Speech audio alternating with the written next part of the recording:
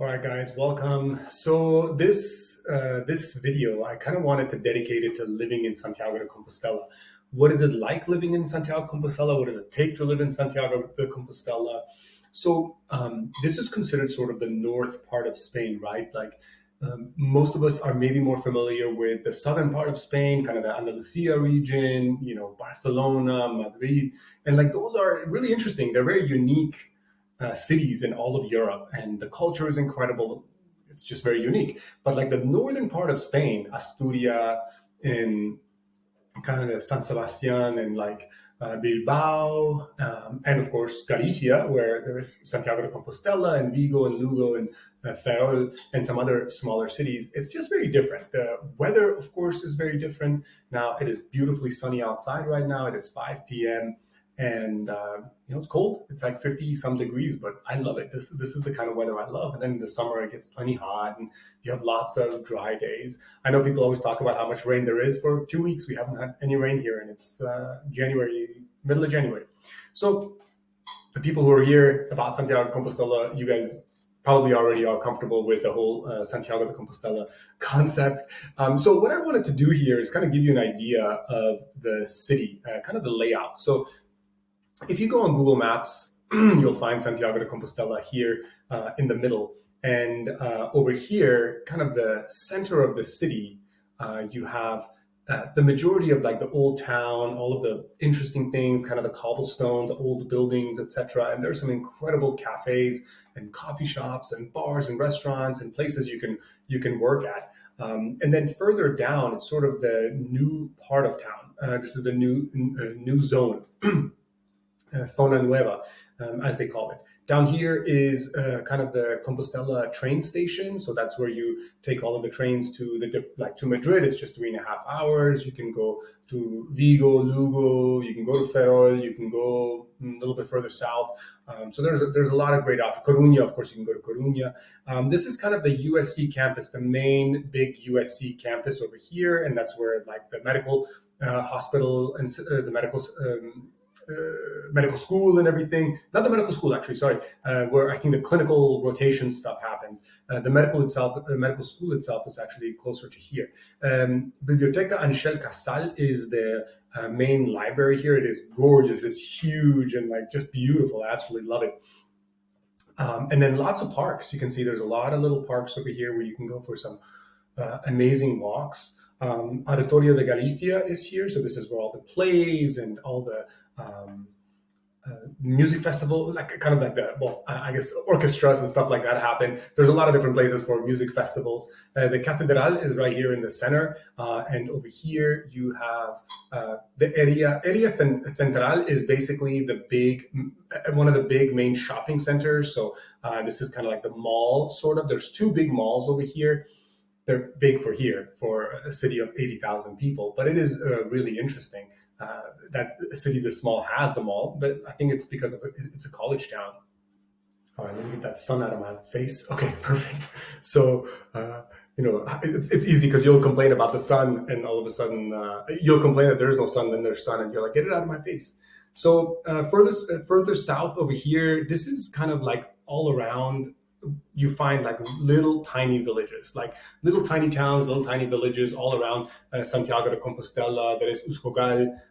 There is another one down here, Omiadoiro, and that's a really cute little town where all the people from Santiago escape to when in the summer, like all the peregrinos come over there. And then there's a bunch of little towns. I mean, you can find little villages of just 5 homes, 20 homes, 30 homes. And they'll have a little bar and cafe. It's easy access with a car. You can rent a car here fairly easily. There are no car sharing services here yet, but I'll be honest, this is a really friendly town. It's really easy to get to know people, and you'll make friends. And people are going to go, they're going to go to the coast on the weekends. They're going to go to different places. Me and 2 friends just went and had dinner over here. It was great. One of the best tortillas we ever had. In fact, I think my photos are uploaded here. Yep, that's my photo. That was delicious. And the tortilla española, that's not my photo. That's my photo. And it was great. And it was just like a quick, weekend getaway. We just went there, had some food. For 3 of us, it came out to 30 euros. with three drinks and two big dishes. That's an incredible price, and the experience of seeing that little town, little village. It's called Teo, Teo. We got a pretty good hardware store over here. We got, of course, the gym. That's where I go. The area industrial. There is Mercadona. There is Media Markt, which is kind of where they sell all the gadgets, electronic stuff. And Loy Merlin is the big hardware store over there.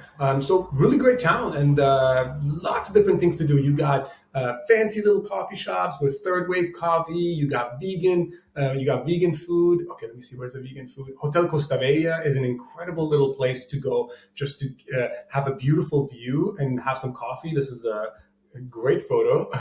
And Recanto's Bar is where I go to like work on my laptop with really good Wi-Fi. Ochigao is like a classic restaurant of the Galician era. I mean, these guys, they don't give a shit. They're like, "Que quieres?" Like it's just so old school. Food's cheap and delicious. You will definitely get some incredible food. There are a lot of incredible bars, like little tiny hidden bars. Malas Pecoras is this dude is awesome. He's a lawyer. He opens the bar at 9 a.m., closes it at 3 a.m. And I think only on no, he does it every day. He does it every day except Monday, I think. And I mean, it's an awesome experience. You go in and it's like these old memorabilia of like American rock from the 60s, and like just a cool vibe of really interesting people. If you want to meet some people, that's where you go. I go to Recantos Coffee. It's a coffee shop that is definitely like Ratinho's Coffee. Ratinho's Coffee is really good because it's just like a third wave coffee. The owners are really cool, and it's a really neat experience because you meet a lot of the locals over there, which is super fun. Further down south here, Bar La Tita is pretty good for tapas, and you get really good tortillas and really also a really interesting crowd, like a mix of both college students and somebody older. Yeah, down here in the Zona Nueva, like that's where you find the Deutsche Bank and the big Caixa banks and like Zara, like for shopping. And there's some other hardware stores and really interesting clothing stores, etc. If you want yoga, there's lots of yoga stores yoga studios over there. And one of my favorite places to get takeout is Almirez. And that's a really good place to just get some good takeaway. Another really good place for takeaway, it's a little bit further north in the city, so you may not want to go that far north, but it is called La Peria. La Peria is really good food for takeaway. I mean, it's Galician food, and so really well done. The couple, they are really careful about using really good quality ingredients. It's incredible. This area is Vista Alegre. This is where I live, and Vista Alegre has got some amazing views of like these rolling hills and old homes, and it's just a beautiful walk. You can walk endlessly, and I mean, just if you take a look at kind of an overhead view, I mean, it's all just green. It doesn't look like it on the regular map. I mean, this is all just verde, verde, verde. So absolutely incredible. So that was kind of one thing that I wanted to kind of give you guys kind of a sense of the city and where all the fun is. So if I live around here, I can easily get down to the very bottom part of the city in about 30 to 40 minutes. Not that bad. And I can get from this end of the city, if I live on the campus, all the way to where the gym is over here, probably in about an hour 15, just walking. There is some biking around here. There is no bike sharing service. There's no car sharing service. Unfortunately, there's no scooters. There's no Uber. It makes the city interesting, and it makes the city kind of quaint, and it makes the city kind of frustrating. But you can bike that area. A lot of people do. I don't enjoy biking and kind of that craziness. Now, a couple of things I wanted to show you guys as far as rent. So what I did over here is I just pulled up basic rent for different areas. I know what neighborhood this is. This is a very good neighborhood. It's very close to me. For tres habitaciones and 100 metros, you can get a place. I mean, that place is awesome, and it's quiet, and it's mellow. And it is 500 euros I go to idealista.com to find all these places. You can find some for 400, 420. This is kind of an older building. It's in Casco Histórico, so this is kind of the historic the center where I showed you guys, where everything's a little bit older and kind of more quaint. Campus Norte is kind of where the students stay. And this is 401 euros for 2 bedrooms. So not bad. I mean, these prices are really, really good. So what you're getting in return, I mean, this is it's not, but if I start from the very cheapest stuff, you can see that you can find a place that's 30 square meters. This place is actually just 39 square meters. So you can get a place that's my food that's done. I was making some baked potato fries. You can see over here for 340, 290, you can get 1 bedroom places or studio places. So, you don't have to spend that much to get something pretty cute. Most of these are probably going to come furnished because this is a college town. Some places they're probably not going to have, like, well, most places won't have an oven, but they may not have a washer dryer. The washer dryers here are really cheap. You can buy a used one for 100 euros, 150 euros. You just go to Wallapop, by the way, for those of you who don't know it. Voila Pop. And that's a great. I think it's .es actually. But anyways, that's a great website to go and shop for anything in Santiago de Compostela, and it's yeah, things are very cheap. I mean, they're used obviously, but they're cheap. So that's the rental market now. For people who are looking to purchase something, what I did here is I put everything in Santiago de Compostela proper. Well, I guess all of Santiago de Compostela, and I started from the cheapest. So you can buy a piece of land for 18,000. Apparently, it looks like it has a beat up house on it. Here, for 25,000 euros, you can get something that's got a beat up house on it. It needs to be restored. Over here, this is actually close to where I live, Pelamios, which is one of my favorite neighborhoods. A lot of students over there. Obviously, Campus Norte, where a lot of students stay, and you can get a place for 37,000. And in fact, I've rented a place here for about 2 weeks. So I know this well, and I would definitely buy it here for 37,000 euros, which is maybe 45,000 US dollars, probably not even that much, $40,000. You can get something pretty cute. You can get homes here for 50,000 euros. Not a lot. And a lot of these are going to need you need some work done on it, right? That's why they look the way they do. But you can, at 60 to 70,000, you'll probably find some pretty good apartments, flats. Probably at about 150,000 is when you can start purchasing homes, like standalone. Well, there's not a lot of standalone homes where there's nothing around you, but detached, like they're called detached homes. But there's a lot of homes that are attached to share a wall. Actually, don't even share a wall. They all have their own separate wall, and you can get that for about $150,000. And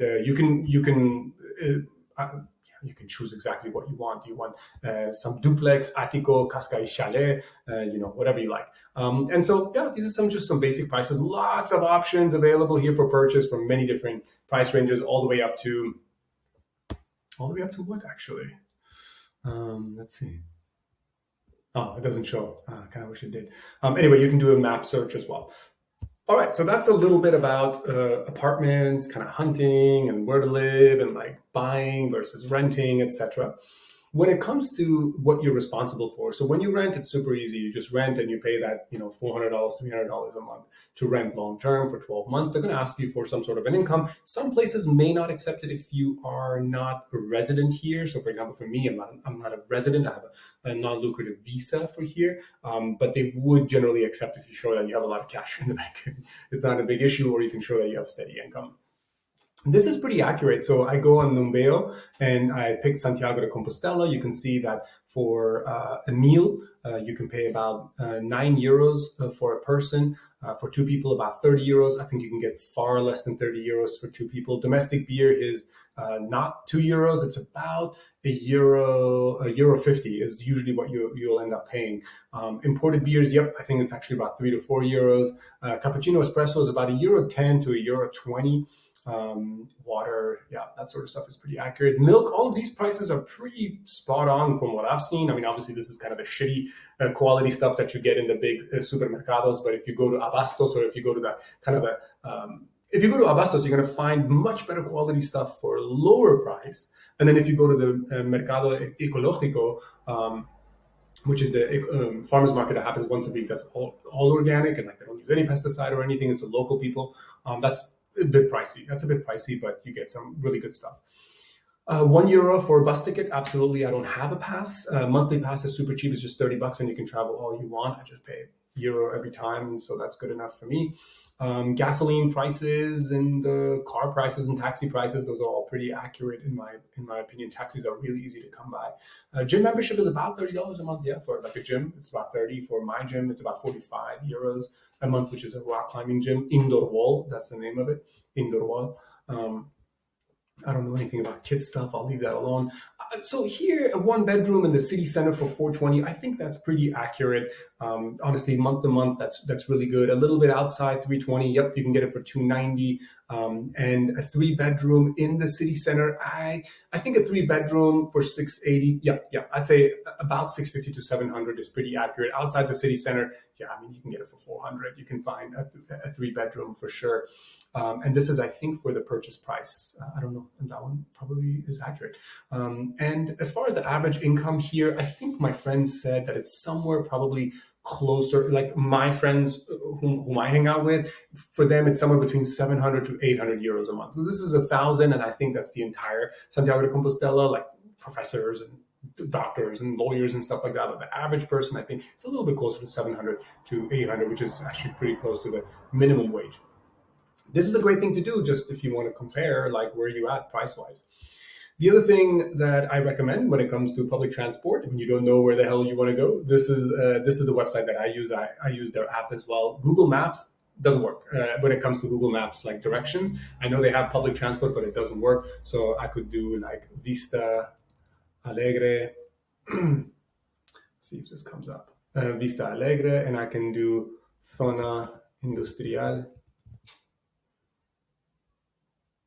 Vale, no, I don't want that. Let's do Decathlon.